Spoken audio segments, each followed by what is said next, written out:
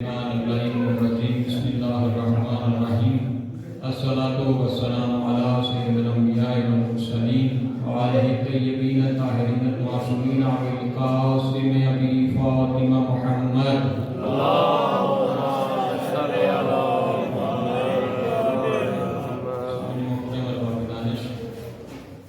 وقت بالکل مختصر ہے کیونکہ صاحب نے دوسری جگہ جا کر پڑھنا ہے، تو جب تک وہ تشریف لاتے ہیں تو اس ماہ مبارک کی مناسبت سے جو پہلی ہستی کی ولادت ہے چاہتا ہوں کہ ان کے بارے میں گفتگو کی جائے۔ تو پانچویں امام جن کا نام باقر العلوم علوم النبی یعنی کہ نبیوں کے علم کو لوگوں تک پہنچانے والا امام علیہ السلام نے دو مختصر سے امام کی زندگی کے پہلو بیان کروں گا، تب تک برابر آ جائیں گے انشاءاللہ۔ تو بالکل کے حوالے کروں گا۔ امام علیہ السلام جیسے ہی کربلا کا واقعہ گزرا، حالات کشیدہ سے کشیدہ ہوتے گئے، لیکن امام کو موقع ملا دین کی خدمت کرنے کا۔ امام نے ایک مدرسہ بنایا۔ آج کل آپ بھی دیکھتے ہیں مدرسے کو اسکول کا عنوان دینے، یونیورسٹی کا عنوان دینے یا مدرسہ ہی سمجھے، تو بتانا چاہتا ہوں جو امام نے مدرسہ بنایا اس کی نوعیت کیا تھی۔ آج سے 1400 سال پہلے مدرسہ بنایا گیا۔ مدرسے کی کنڈیشن یہ ہے کہ 6000 طالب علم، آپ کے اسکول بھی آپ کے ذہنوں میں ہے، اس دور میں جب اتنی سہولیات نہیں تھی، مدرسے کے 6000 طالب علم۔ آپ کی توجہ چاہوں گا، پھر طالب علموں میں عمر کیا ہے؟ ہر طالب علم کی عمر 50 سے 60 سال۔ توجہ فرمائیں، اس دور میں مدرسہ بنایا، مدرسے میں اتنے 5 سے 6000 طالب علم، پھر ہر طالب علم کی عمر 50 سے 60 سال، اور کیا کہنے اس مدرسے کے جس کا پرنسپل صرف 9 سال کا بیدار بیٹھے ہیں، 50 سال کی عمر کے طالب علم اور مدرسے کا پرنسپل صرف 9 سال کا۔ اب آپ سے میں سوال کرتا ہوں، اس پنڈال میں جتنے بھی زیادہ لوگ آ جائیں تو میں یہ سمجھتا ہوں کہ 2000 تک لوگوں کا مجمع ہوگا، اتنے آپ احباب بیٹھے ہیں، تو یہ ہماری مجبوری ہے کہ اگر 2000 لوگ یہاں بیٹھے تو ہمیں ساؤنڈ سسٹم کا اہتمام کرنا پڑتا ہے۔ یہ کیسا ایمان ہے کہ 5000 طالب علم بیٹھے ہیں، یہ گفتگو کرتا ہے سب کو۔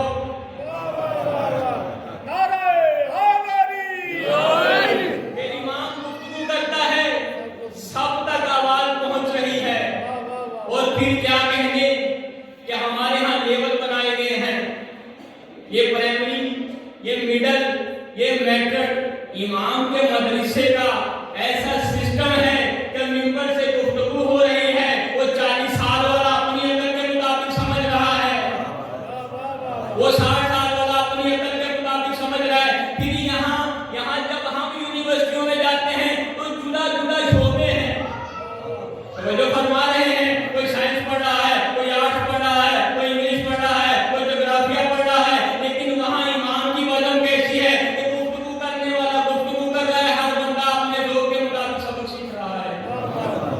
اس مدرسے کے 2 طالب علموں کا ذکر کروں گا، اور پھر ذکر مسائل۔ اربعین کے دن ہیں، کافرے اسی امام کے مدرسے کے باہر سے کربلا کی طرف رواں ہیں۔ امام کے مدرسے کا ایک طالب علم آ کے کہنے لگا، مولا میں بھی چاہتا ہوں کہ ان کے ساتھ کربلا کی زیارت کو جاؤں۔ برادر کی آمد میں درود پڑھیں محمد والے محمد۔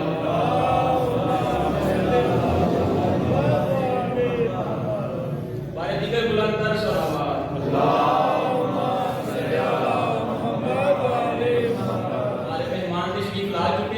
اسی مدرسے کے 2 طالب علموں کا ذکر کروں گا، ایک لائق ترین طالب علم اور ایک مجھ جیسا نالائق طالب علم۔ اب مدرسے کے ایک لائق طالب علم نے کہا، مولا آپ مجھے چھٹی عنایت کریں، میں آقا حسین کی زیارت کے لیے کربلا جانا چاہتا ہوں۔ یہاں سے چھٹی لے کے چلا، قافلے کی طرف بڑھا۔ قافلہ بھی کچھ ہی وقت سفر کر چکا تھا کہ قافلے کو لوٹنے کے لیے ڈاکو آ گئے۔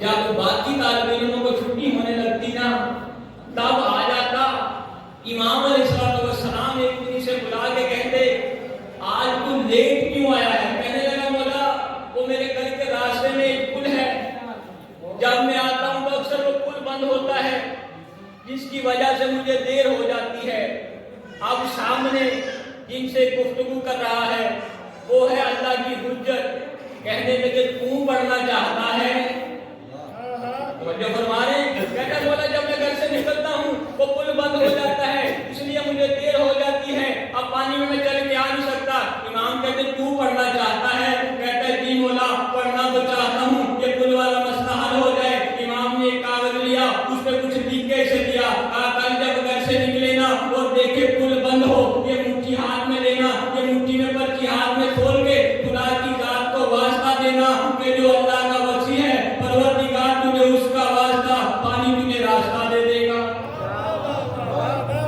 اب یہ روٹین بن گئی، آتا دیکھتا پل بند ہے، وہ پرچی نکالتا، اللہ کے نبی کو اس کے وسیع کا واسطہ دیتا، پانی سے راستہ دے دیتا۔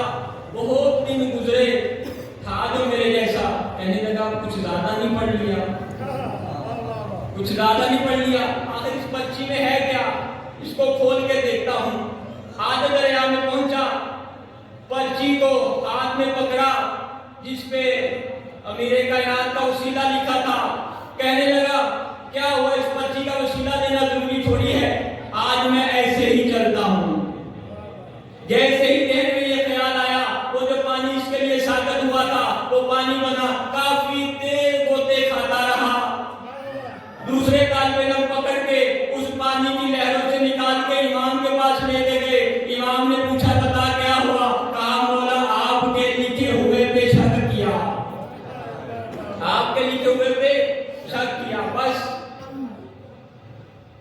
مختصر کروں کہ اہل بیت کو ماننا ہے تو دل سے مانو، اور چار مصرے شاعر کے پڑھ کے پھر چلتے ذکر مشاعر کی طرف۔ اس در پہ جو بندہ جس مراد سے آئے گا، جس نیت سے آئے گا، وہی فیض حاصل ہوگا۔ یہ ہم کس چکروں میں پڑ گئے، یہ فلاں کی مجلس، یہ فلاں کا امام بارگاہ، یہ فلاں کا ماتمی دستہ، یہ فلاں ذاکر نے پڑھنا ہے، یہ فلاں عالم نے پڑھنا ہے۔ انڈیا کے شاعر نے چار مصرے لکھے، شاعر کہتا ہے درود پڑھ کر گلے ملو سب، درود پڑھ کر گلے ملو سب، بغض و حسد کی ہر دیوار توڑ ڈالو۔ اگر ایسا نہیں کرو گے پھر کیا ہوگا؟ کہتے ہیں درود پڑھ کر گلے ملو سب، بغض و حسد کی ہر دیوار توڑ ڈالو، دلوں میں یہ سب رہا جو یارو حسین کا غم کہاں رہے گا۔ اگر تم نے اپنا ماتمی دستہ، اپنا امام بارگاہ، اپنا ذاکر، اپنا مولوی دلوں میں رکھا، کہتا ہے درود پڑھ کر گلے ملو سب، بغض و حسد کی ہر دیوار توڑ ڈالو، دلوں میں یہ سب رہا جو یارو حسین کا غم کہاں رہے گا۔ اور میری ملت کا جوان نگاہ فریبی، مکان غصبی، زباں پہ نعرہ اجل اجل کا، جسے بلاتے ہو روز یارو وہ آ گیا تو کہاں رہے گا۔ ضرور پڑھیں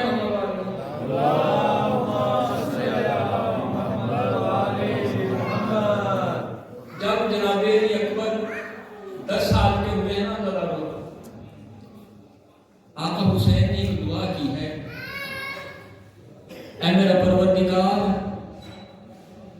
مجھے ایک ایسی بیٹی عطا کرنا کہ جس کے بغیر مجھے حسین کو نیند نہ آئے اور اسے حسین کے بغیر نیند نہ آئے۔